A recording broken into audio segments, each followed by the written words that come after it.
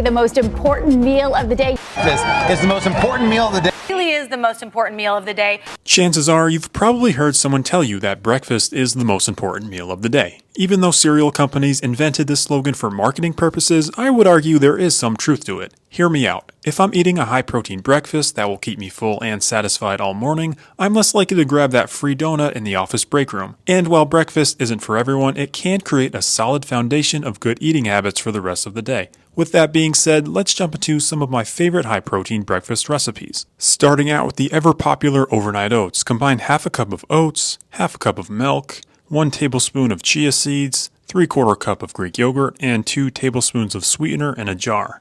I'm using sugar-free maple syrup, but you could use honey, stevia, or anything else you prefer. Mix the ingredients around, pop the lid on, and place the oats in the refrigerator for 2 to 4 hours, ideally overnight, hence the name. The longer you keep them in the fridge, the softer and mushier they will be. And once you wake up, all the hard work will be done.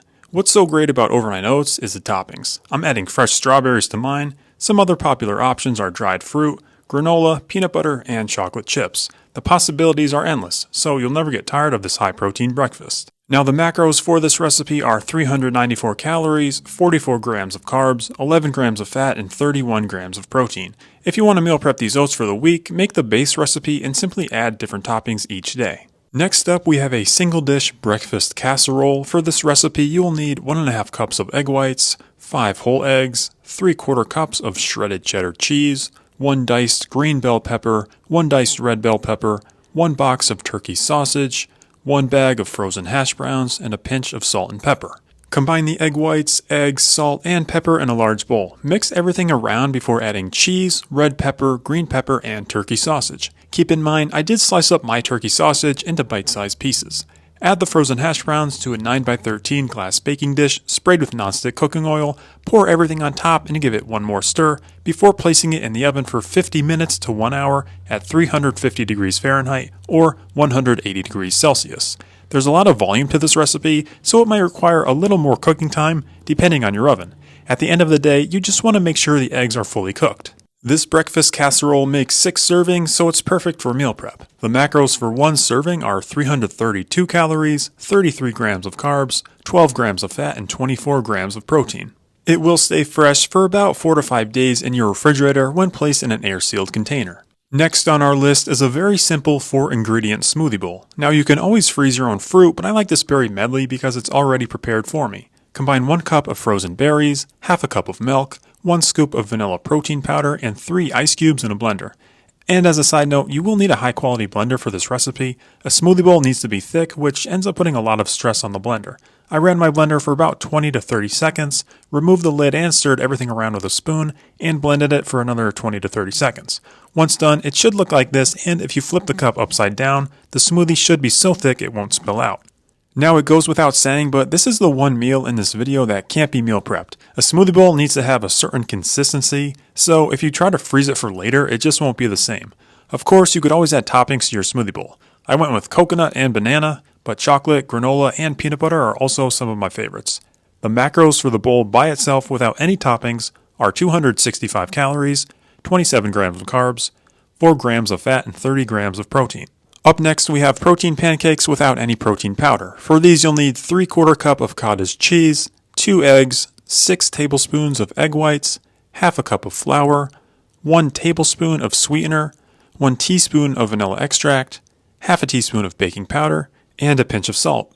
Add the ingredients to a blender and give it a good mix to form the pancake batter. Then set a stovetop to medium heat and start making the pancakes. Flip when the pancakes start to bubble, which only takes about a minute or so on each side. I was able to fit 3 pancakes to a pan, which is the perfect size. Remember, if you are making bigger pancakes, they will require a little more cooking time.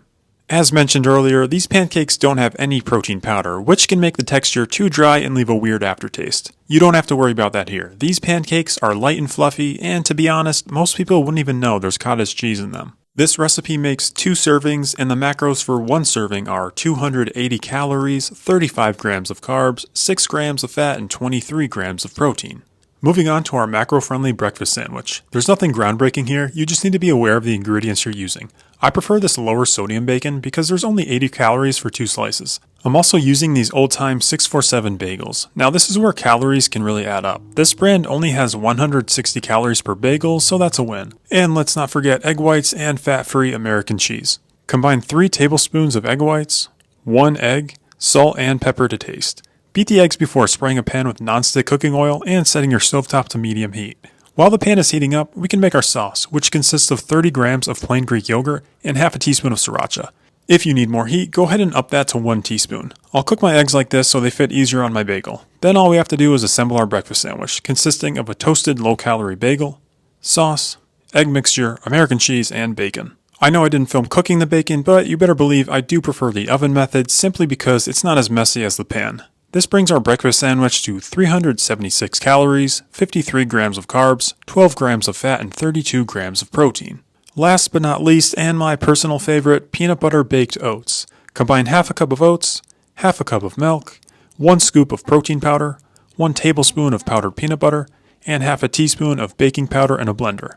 Mix for 20 to 30 seconds, or until the mixture is nice and smooth. Then transfer the batter to an oven-safe baking dish sprayed with nonstick cooking oil and add 10 grams of mini chocolate chips. Bake for 14 minutes at 350 degrees Fahrenheit or 180 degrees Celsius. And once finished, add 1 tablespoon of powdered peanut butter as a topping. Now this tastes just like cake, which is why it's one of my favorite high-protein breakfast recipes. The one thing you need to be aware of is cooking time. Overcooking by just a couple of minutes will dry out the texture. The good news is, you don't have to worry about undercooking because there's no raw ingredients.